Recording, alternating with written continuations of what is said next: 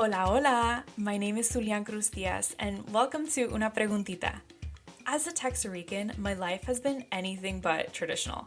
I went from studying engineering to farming in Hawaii to building a career in nonprofits before diving into entrepreneurship. Every twist and turn taught me something new. But let's be real, life doesn't come with a manual. In Una Preguntita, we always begin con una pregunta, a question. So dime, have you ever felt like you're thriving in one area of your life while Googling how to be a functioning adult for the rest of it at 2 a.m.? Yeah, been there too. Every week, you and I are diving into the stuff nobody really teaches us. How to actually understand ourselves, build connections that matter, and handle those awkward conversations that keep us up at night.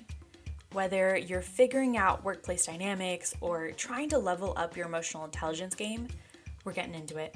I'm bringing you big questions, tools, and strategies for you to build the life and career you want.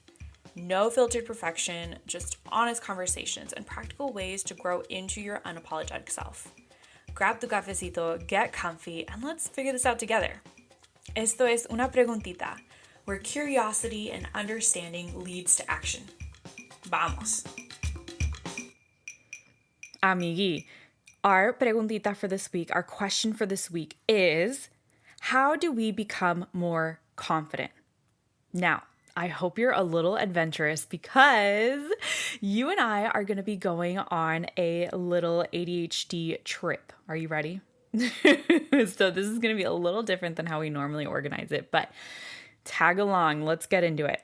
So in order to answer that question, how do we become more confident? The first thing we really need to do is define the word confidence. Now, when I think of the word confidence, I think of how somebody stands, right? I think of the presence that they bring. I also think of the courage that they have to bring, the courage to say an opinion or give a thought. And so, how do you build this? The easy answer could be just use communication skills, right? I teach in workshops and on one-on-ones, I teach communication divided up into 3 buckets. I teach body language, I teach tone, and words. All of those 3 buckets, body language, tone, words, make up communication. Pero without intention, without a direction, where is this going to go? Where is this communication leading you? And so this is where the ADHD trip journey comes in. I hope you are ready. So recently I was invited back to my high school to give a talk. And as we are doing the planning and the thinking behind what is the intention of the banquet, what's the theme, what are we doing, the thing that kept resonating with me in my head was, oh my gosh, this is the start to a lot of new beginnings for these students, right? When we're in high school, up until really 12th grade, there are metrics. There's a path. You know if you're on the quote-unquote right path or quote-unquote wrong path. Essentially, the metrics are you getting good grades? Do you have any extracurriculars that you're doing? Are you doing sports? Are you winning at games, right? Like, there are metrics to measure if you're on the right path. Pero with new beginnings means there really isn't one path. There are no metrics for if you're succeeding. So even though this is a new beginning for these students, right, after they graduate 12th grade, it is the start to a lot of uncertainty. Uncertainty feels sticky, it feels uncomfortable, especially for us high achievers. We like to know what is the right path, what is the one direction I need to go in, what are the steps 1 through 3 that I need to take in order to quote unquote succeed. And so this uncertainty is hard. And so that reminded me of 2 conversations that I had with some friends, and it was about uncertainty. It was about making decisions, and those conversations were kind of hard. They were trying to either figure out what to do about their work situation, if they should leave, if they should stay. They were trying to figure out, do I continue to keep going towards this goal that I have, or do I back off? Am I pushing too hard? And so this uncertainty comes because we need to make decisions, right? There is no right or wrong path after we really graduate 12th grade. And so the conversations that I was having with my friends, I thought of this author. Her name is Bianca Juarez Olthoff, and she wrote the book Grit, Don't Quit. And so I think a lot of times, especially as young professionals, we are, at least me personally, I am not patient. I'm gonna be totally honest. And sometimes we do need to be patient. Sometimes we just need to put our head down and keep working. But on the other side, you do also need to know, when is it time to back off, right? And so Bianca had outlined these 5 steps. And so in case you want to read her book, I'm going to go ahead and include it in the show notes below. But the 5 steps she includes in the book to figure out, do I quit or do I not quit, are: number 1, what specifically is bothering you or frustrating you, right? There can be a lot of things going on that are frustrating, but when you get down to the bottom of it, what specifically is bothering or frustrating you? Okay, that was number 1. Number 2 is, can you fix it? Is it something you can do? Number 3 is it me, right? Am I the problem? Is it something I need to do? Number 3. Number 4 is this the best decision for my future? That one's a little bit bigger, and you can't answer that unless you've already answered number 1. What specifically is bothering or frustrating you, right? Number 5, am I released? O sea, that gut feeling inside, do you feel like you've done what you needed to do? Is your work done? Once you answer those 5 questions, it becomes a lot easier for you to start thinking, right? You're connecting back with what is the direction, what is the intention, what am I telling myself inside? Now, I want to pause really fast, because if you're listening to this and somebody comes to mind, I want you to be generous. Share this podcast with them. We're all about learning here, so share it forward. Okay, let's go back to that ADHD trip we're on, right? So we are talking about grit versus quitting. We talked about 1, what specifically is bothering you? 2, can you fix it? 3, is it me? 4, is this the best decision for my future? And 5, am I released? Do I feel like I've done what I needed to do? Is my work done? Now, this is a great start to thinking, but how do we figure out our intention, our direction? How do we know if it's in line? Well, the answer is action. The answer is action. With action, intention gets more clear. Okay, if you're off in La La Land, come back. I'm going to repeat that line again. With action, intention gets more clear. Action leads to you testing new ideas, which leads to you getting results, positive or negative, which leads you to learn, which leads you to develop, which leads you to confidence. We're coming on back. See this ADH trip? It's coming into circle here. With action comes confidence. I can give you all of the communication tools, right? I share with you clear communication equals what plus why. We repeated it in podcast, get to the point, how to communicate clearly and avoid confusion. So go back in the feed to find that, and I'll leave it in the show notes below as well. I can tell you different communication tools like at the beginning, right? Communication for me, I divided up into body language, into tone, and into words. And you could work on different skills in each of those 3 buckets. But unless you're taking action, you're not going to be able to grow into your confidence. How do we become more confident? Action leads to confidence. You see how it's a full circle here? Okay, so ahora, if you're like, yeah, Zulean, I got it. This is great. Thank you so much. I'm making moves. We're moving here. I want the communication tools. Damn it, give them to me. Well, today, you and I are going to dive into just a little bit talking about charisma. So when you think of charisma, usually there's a person that pops up in your head. Who do you think of when you think of charisma? Like if we're going to go through like the celebrity outline, we could think of maybe Oprah. We might think of Dwayne Johnson. We might think of George Clooney, right? So there's like a certain picture that you think of when you think of a charismatic leader or a charismatic individual. I want to teach you that charisma isn't just something you're born with. It could actually be developed. So I want you to think of a scale, right? A horizontal scale. On one side of the scale, you have something called warmth. And on the opposite side of the scale, all the way to the right, you have the competency side. Now, I learned this from, I want to make sure I'm quoting from who I'm learning this from. This is from Vanessa Van Edwards, and she's amazing. So I would definitely look into her. But I'm going to go back. So charisma is a scale, right? On one side, on the left, you have warmth, and on the right, you have competency. Now, warmth is essentially sending comfort language. It's like you are sending, I'm listening, I'm right here with you, I see you, right?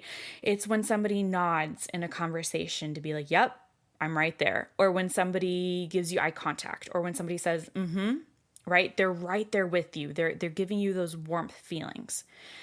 On the right, you have competency, and competency is essentially you knowing that that person knows their stuff. You can trust them, and they usually bring in facts. They usually bring in a tone of confidence. They usually bring in some organized thoughts, right?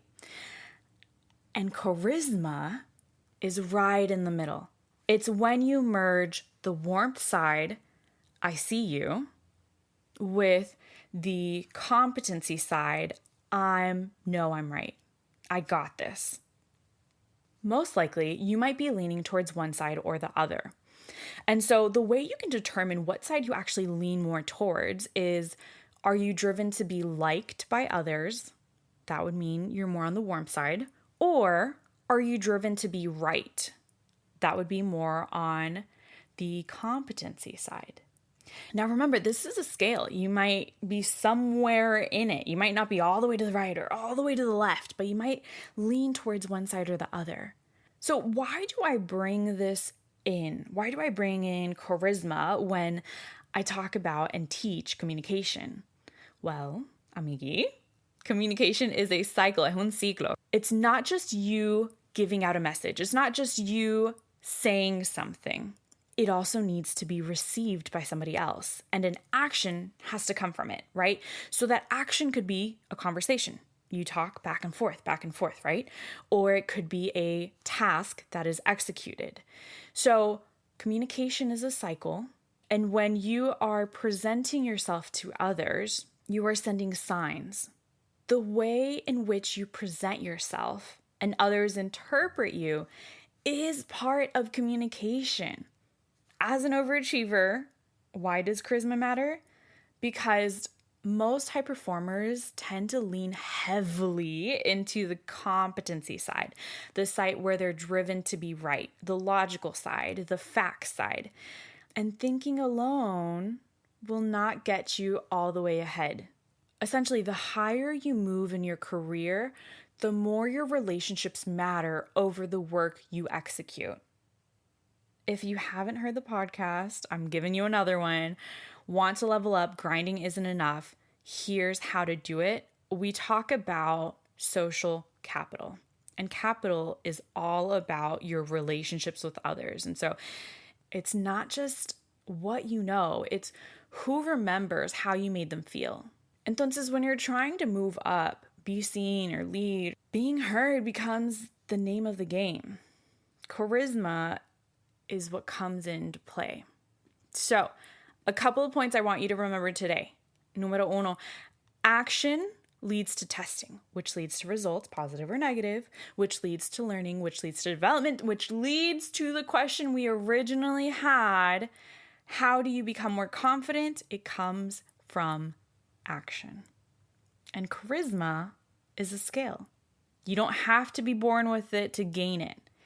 Most of us lean towards one side or the other. So finding ways to bring yourself towards that middle is what's going to get you moving forward.